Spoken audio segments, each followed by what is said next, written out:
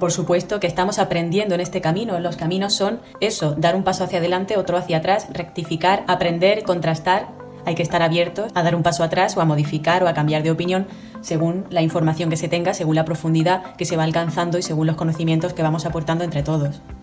Una vez conocida la cuarta ley ontogenética de los microbios, la cuarta ley biológica, unida al pleomorfismo y unida en general a las 5 leyes biológicas, podemos entender por qué Hammer tuvo 9 intentos de asesinato. El nuevo paradigma desmonta científicamente y comprobablemente la teoría del contagio, la teoría de la infección. Por lo tanto, imaginaros lo que eso supondría, y más todavía hoy. A ver si es que se ha descubierto que los microbios son dirigidos por el cerebro, que tienen funciones concretas con un sentido biológico de simbiosis, están dentro de nosotros y responden a una adaptación biológica que se pone en marcha cuando el psiquismo es superado. Entonces ahí se acabó el contagio. Cada uno tiene su propia vivencia, cada uno tiene su propia sintomatología. Si coincidimos en un conflicto, en la manera de interpretarlo, la sintomatología será idéntica. Puede ser que tú resuelvas antes el conflicto y empieces con los síntomas antes que yo y yo posteriormente, pero coincidirán los síntomas porque hemos tenido la misma vivencia e interpretación de la situación dramática. Si vivimos un acontecimiento pero diferimos en la manera de interpretarlo, cursaremos síntomas al mismo tiempo o no, pero variarán en algún punto porque la interpretación ha sido diferente. Por lo tanto, los órganos afectados serán distintos. En esto de la sintomatología ocurre como lo del COVID. Ahora todo es COVID. Todas las enfermedades, como salgas positivo al test, es COVID. Ya sabemos que no puede ser así por la cuarta ley ontogenética de los microbios. Con el tema del contagio ocurre exactamente lo mismo. Mi abuela tiene fiebre y dolor de laringe. Yo estoy bien, pasamos una tarde juntas y al día siguiente me duele también la garganta o el pecho, pero no tengo fiebre, por ejemplo. Claro, lo que a mí primero me viene a la cabeza es que me lo ha contagiado. Sin embargo, tenemos diferentes sintomatologías, aunque coincidamos incluso en el dolor de garganta. Si yo no curso con fiebre, pero ella sí, ya no estamos en la misma enfermedad, en el mismo conflicto biológico. A lo mejor ella tiene afectada la laringe y yo otra zona diferente de la garganta. A veces los síntomas son parecidos y no exactamente iguales, por lo tanto no es el mismo microbio. El espejismo del contagio, lógico a la mente humana, se explica perfectamente por la resolución del conflicto. Unos entran en la fase vagotónica antes y otros después. Por lo tanto, desde el conocimiento científico, desde las 5 leyes biológicas, podemos ver que hay 2 factores. El primero, que vivamos la misma situación conflictual y surjan los síntomas, los mismos en el caso de haber interpretado de la misma manera el acontecimiento, o síntomas que difieren en algún punto por haber interpretado esa situación de manera diferente. Y por otro lado, el otro factor sería la manifestación de los síntomas. Puede ser que tú y yo, que hemos vivido esa situación, entremos al mismo tiempo en la sintomatología, en la segunda fase, o puede ser que tú entres antes que yo en la vagotonía, o yo entre antes que tú, creando así la sensación de contagio. Todas las posibilidades en torno a la teoría de la infección y del contagio las podemos encajar y encajan en el nuevo paradigma. Sin embargo, todo lo ajustamos y encajamos en el paradigma del contagio. Estamos súper acostumbrados a encajar todo para que entre la teoría de la infección y del contagio. Hemos nacido en esta teoría del contagio, nos hemos movido en la teoría de la infección. Ahora, ¿cómo cambiamos ese paradigma? Es muy complicado. Cuando a la gente se le presenta las 5 leyes biológicas, nos suelen decir, bueno, yo sí creo que la psique afecte al cuerpo y todo eso, pero que una enfermedad sin hacer nada se vaya a la normalidad, culmine con la normotonía. Y es que estamos bajo la influencia del viejo paradigma, bajo una hipnosis, la hipnosis que nos causan los síntomas desagradables y también la propaganda mediática, por supuesto, y la enseñanza en las escuelas de la teoría de la infección, con reforzamiento a través del cine, los documentales y sobre todo por el desconocimiento en profundidad de estas leyes. Es imposible que un médico acompañe a una mujer en su cáncer de mama sin aplicar quimioterapia, anotando la evolución. Hammer lo ha hecho y ha comprobado empíricamente, comprobación que puede hacer cualquiera, llegando a comprender la sintomatología, la causa y el desarrollo de todas las enfermedades. Luego, además, estamos muy confundidos con la muerte del cáncer, creyendo que es la naturaleza la que mata, cuando desconocemos que son los tratamientos. Y también para el resto y la mayoría de las enfermedades que culminan en el hospital. No digo que todo sea malo, no digo que no haya casos que haya que ir al hospital, no estoy diciendo eso. Si los médicos se interesaran por conocer las leyes biológicas, entenderían perfectamente que esto es así. Pero hay una propaganda mediática y una institucionalización de este viejo paradigma tal que es imposible que sospechen del principio de autoridad. Si no hay un estudio serio y profundo de estos conocimientos, es imposible que haya un diálogo maduro y un cambio de paradigma en la medicina. A mí me parece que el primer paso para entrar en este diálogo y en esta revisión de la ciencia sería la honestidad, abrirnos a conocimientos nuevos, a escuchar qué me puede decir esto. Podemos obviar las leyes biológicas, pero ellas rigen nuestro cuerpo. Y hemos de saber, además, que esta información privilegiada es censurada a propósito. De hecho, la está usando la OMS para esta... Antes de meterme a hablar del fraude, del tremendo fraude de la virología, me gustaría explicar desde las leyes biológicas lo que ha sucedido biológicamente en marzo, abril, mayo del 2020 y lo que sigue ocurriendo en los hospitales cuando alguien tiene la mala suerte de dar positivo a uno de estos test fraudulentos, que también vamos a meternos a fondo, sin dejar nunca las leyes biológicas. Yo creo que ya todos entendemos que la psique es afectable desde el exterior y puede ser llevada mediante terrorismo mediático, incluso basándose en una mentira, al shock. Vamos a ver un pequeño vídeo para entender cómo una mentira puede alterar la psique y la biología, porque aumenta la adrenalina y la frecuencia cardíaca. Vamos a cambiar el meteorito por un virus asesino que va por ti. Súmale la seriedad de los políticos, la opinión del comité de expertos, los sanitarios que te atienden con el traje de astronauta, los cubos rojos en las plantas del hospital.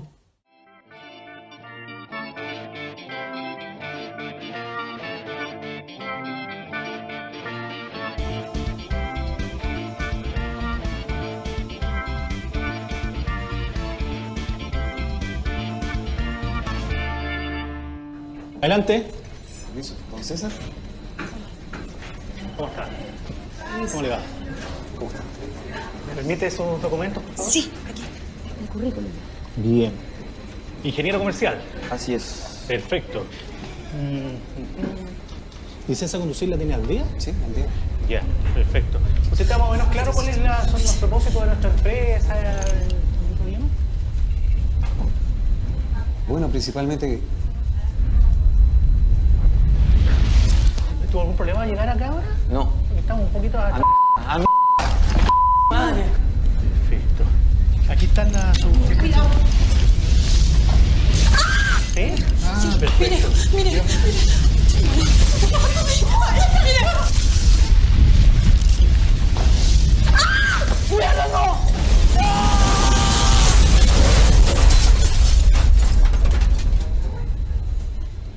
¿Hay alguien? ¡Don César! ¡Aló!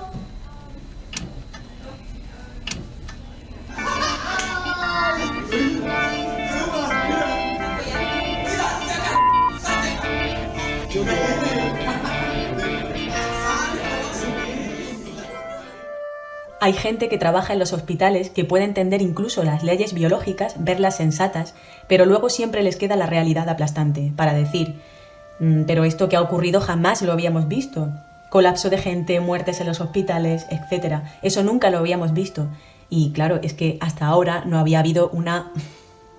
Vamos a explicar estos. Son varios factores a tener en cuenta.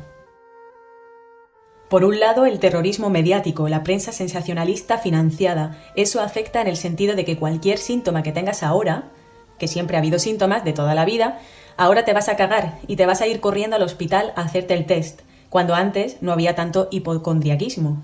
Por otro lado, también hay que distinguir varios factores. Lo que comienza con una mentira, como las imágenes de Wuhan, también nos han mentido en el número de ingresados en las UCIs. Lo que comienza con una mentira también se puede llegar a hacer realidad, porque se entra en pánico, aumentan los conflictos y por tanto surgen programas biológicos que acaban afectando al cuerpo realmente. Por tanto, lo que comenzó como una mentira se materializa. Y otro factor también es que todo se puede agrandar según donde se ponga la lupa o el foco. Nos dicen, nunca había pasado que se perdiera el olfato. Mentira, la medicina germánica ya te explica estos programas biológicos desde hace más de 40 años. ¿Por qué sucede esto? Otra cosa es que ahora sea más habitual, cosa que tiene su lógica cuando la biodescodificación que hay detrás de la mucosa de la nariz es una situación me huele mal. Nunca habíamos visto tantas neumonías bilaterales. Bueno, dos cosas. Por un lado, si dices que un virus provoca neumonía, el foco está puesto ahí, cosa que antes no pasaba. Antes el foco no estaba puesto en la neumonía, estaba puesto en todas las sintomatologías. Se ponen los focos donde se quieren.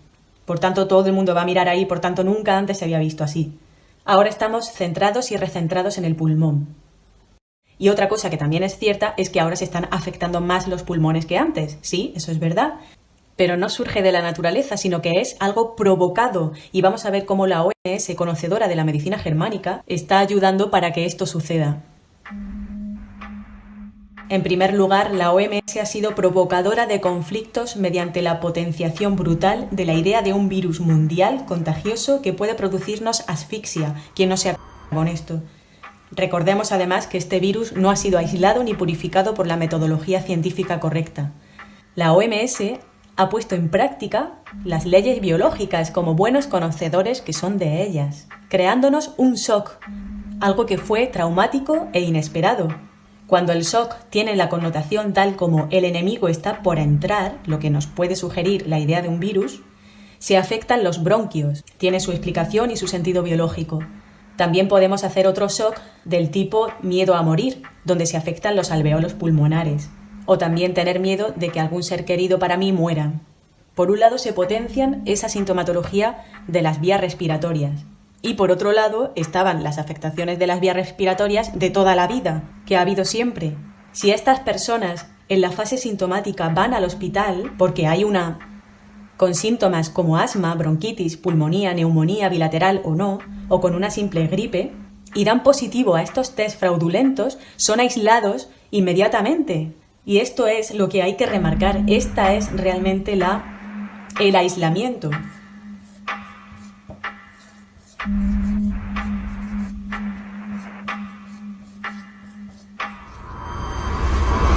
Más del 90% de la población ha resultado infectada por una epidemia de ceguera. No tiene cura.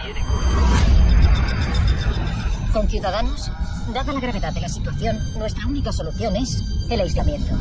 Que Dios nos ampare. No hables con nadie, no toques a nadie, no te acerques a nadie. ¡Atrás! ¡No estamos contagiados! Está mutando.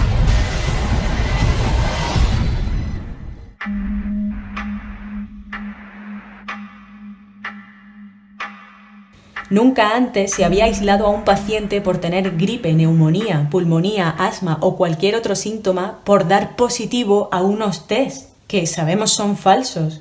Se les ha separado de sus seres queridos, muertos de miedo, en una sala de hospital atendidos por personal sanitario estresado, donde el sentir general es el miedo. La OMS, conocedora de la germánica, es esto lo que buscaban, porque sabe lo que sucede cuando una persona es hospitalizada, separada de sus seres queridos. El programa biológico que se pone en marcha es el de los túbulos colectores. Para que entremos en este programa biológico, la persona hace un conflicto con una connotación de sentirse sola, surge un adenocarcinoma, aumenta la función, por lo tanto retiene líquido. Este programa biológico puesto en marcha en el hospital se suma a la sintomatología que ya traía la persona, la causa por la que acudía primeramente al hospital. O sea que tenía un programa biológico puesto en marcha, del pulmón o de lo que fuera, y por unos test fraudulentos y un aislamiento protocolado comienza otro programa. Los médicos miden valores en sangre que han sido protocolados para el caso COVID, valores analíticos que carecen de valor diagnóstico porque son mal caracterizados dentro de un viejo paradigma benigno-maligno. Por ejemplo, sabemos que el recuento de linfocitos T es absurdo porque en sangre solo hay un tanto por ciento pequeño de ellos, donde están realmente es en la médula ósea, por lo que unos valores bajos de linfocitos T en sangre no dice absolutamente nada. Sin embargo, lo están usando para dar un tratamiento. En el plan de trabajo, la guía rápida del protocolo COVID Hospital IFEMA, en el apartado 2, pone manejo de pacientes a su llegada, valor analítico, leucocitos, recuento elevado en presencia de infección. Coño, los leucocitos claro que están en una infección implicados. Linfocitos, la linfopenia grave es el hallazgo hematológico más frecuente en los pacientes críticos. Bueno, otro valor indirecto. Proteína C, me voy a saltar esto, protocalcitonina, Cuando hay insuficiente oxígeno puede implicar daño por una enfermedad o lesión. A ver, si está haciendo un programa biológico de pulmón, ¿cómo va a estar los valores totalmente normales? En el momento de la sintomatología hay unas modificaciones, evidentemente. Y aquí viene lo más curioso, que también están midiendo como valor analítico la creatinina. Cuando hay problema en los riñones, la creatinina se puede acumular en sangre. Aquí está también la clave de la... Lo que vamos a explicar ahora es de suma importancia. La persona traía una neumonía, una pulmonía o asma, que ya sabemos que surge en la segunda fase, en la fase vagotónica, cuando hay sintomatología, donde hay presencia de edema, hay inflamación. Lo primero que el médico hace cuando ha dado positivo esa persona es mirar los protocolos establecidos desde arriba. Hay que decir que también hubo en el vocabulario médico donde grandes revistas médicas comienzan a describir el proceso inflamatorio provocado por él como una tormenta de citoquinas, tormenta. Leo textualmente. COVID-19 es tal vez una tormenta de citoquinas relativamente única. Parece que te la están vendiendo. Para evitar la tormenta de citoquinas hay una recomendación de tratamientos potenciales en la publicación anual Review of Medicine. Es difícil combatir las infecciones cuando el sistema inmunológico está siendo destruido. La solución, siempre nos la dan ellos, podría estar en calmar la respuesta inmune desenfrenada. Por eso los esteroides son a menudo la primera opción de tratamiento y pone una lista de medicamentos para aliviar la tormenta de citoquinas o citocinas.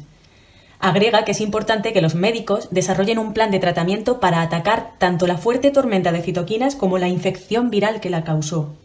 Y termina diciendo, tu sistema inmunológico te está matando, entonces necesitas hacer algo. Pero Dios, ¿qué es esto?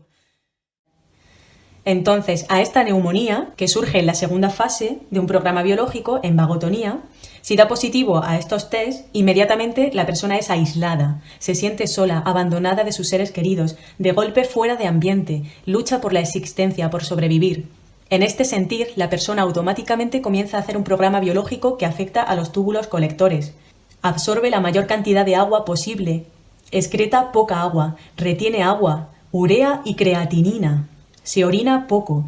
Por favor, cualquier médico o gerontólogo o cualquier persona puede comprobar que esto es así. Por eso uno de los valores analíticos en los protocolos COVID es la creatinina, donde dice: normalmente los riñones filtran la creatinina de la sangre y la expulsan del cuerpo por la orina. Cuando hay un problema con los riñones, la creatinina se puede acumular en la sangre. No se dan cuenta de que el problema es provocado por el propio ingreso. Tenemos edematizado el pulmón o la mucosa bronquial por estar en esta segunda fase, donde surgen los síntomas respiratorios agudos como tos, dificultad respiratoria y expectoración de los desechos, y le sumamos la retención de líquido por el programa de túbulos colectores del riñón iniciado. Esto va a producir lo que la OMS buscaba en esta y que Hammer ya bautizó como síndrome. Cuando se activan los túbulos colectores junto con otro programa en fase de solución, se produce este síndrome que agrava la situación general, provocando una neumonía con supuesta insuficiencia renal, a la cual le sigue la insuficiencia respiratoria, que con otros medicamentos protocolados adecuados conllevan alto riesgo de muerte.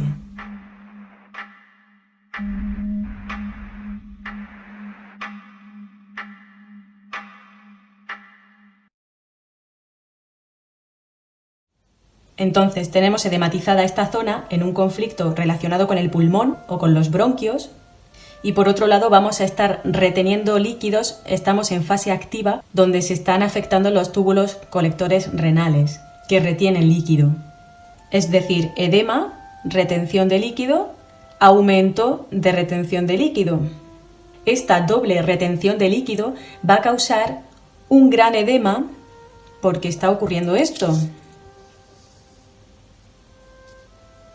Se está juntando una fase en solución con una fase activa de otro programa biológico. Por lo que esta doble retención de líquido va a aumentar el edema en la zona afectada en los procesos de reparación, pulmón, bronquios, pudiéndose producir una neumonía e incluso una insuficiencia respiratoria. Ahora vamos a ver la medicación protocolaria en el manejo terapéutico de la guía rápida del protocolo COVID. Se está dando hidroxicloroquina, tratamiento usado para la malaria. ¿Has visto, por cierto, cuántos muertos reportan por malaria en África? ¿Te has preguntado por qué mueren? Los efectos secundarios te los indica también: náuseas, diarrea. Esos son síntomas de envenenamiento clarísimos. También se ha administrado lopinavir, ritonavir, que se usó para el SIDA, siendo un fracaso. Efectos secundarios, diarrea, náusea, vómitos, es decir, intoxicación. En la guía de tratamiento COVID-19 de la UCI, versión 7, en la última novedad añadida a fecha de 26 del 6, dice: sigue sin existir evidencia clara del tratamiento antiviral. Se elimina la hidroxicloroquina y el ritonavir. ¿Por qué? ¿Por qué se elimina? ¿Qué ha pasado? Y lo más importante de todo, la que remata ya la faena, es la dexametasona. La dexametasona es un corticoide que tiene propiedades antiinflamatorias, inmunosupresoras y antialérgicas. Estos fármacos son esenciales en el manejo de patologías como el asma, la enfermedad pulmonar obstructiva crónica, EPOC, el distrés respiratorio agudo. En varios artículos se puede leer que la dexametasona es el primer tratamiento que ha salvado vidas de pacientes graves de coronavirus. Aquí empieza ya el bombardeo mediático y la propaganda farmacéutica de la élite. Cursando una pulmonía solamente, si aplicas dexametasona, aliviará la inflamación. Pero si estás cursando además el programa biológico de túbulos colectores, la dexametasona, que es 30 veces más potente que la hidrocortisona, es un gran potente antiinflamatorio, aumenta la retención de líquidos por parte de los túbulos colectores, porque está aumentando la simpaticotonía, es un simpático mimético. Lo que por un lado sería supuestamente beneficioso, con otro programa en curso activo vas a aumentar esta fase, por lo que es totalmente contraproducente.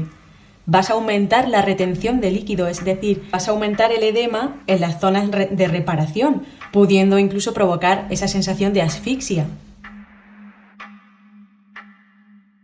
Tienen la desfachatez de decirnos la oficialidad, la élite financiada: si no se controla la inflamación con la dexametasona, puede surgir el síndrome de liberación de citoquinas.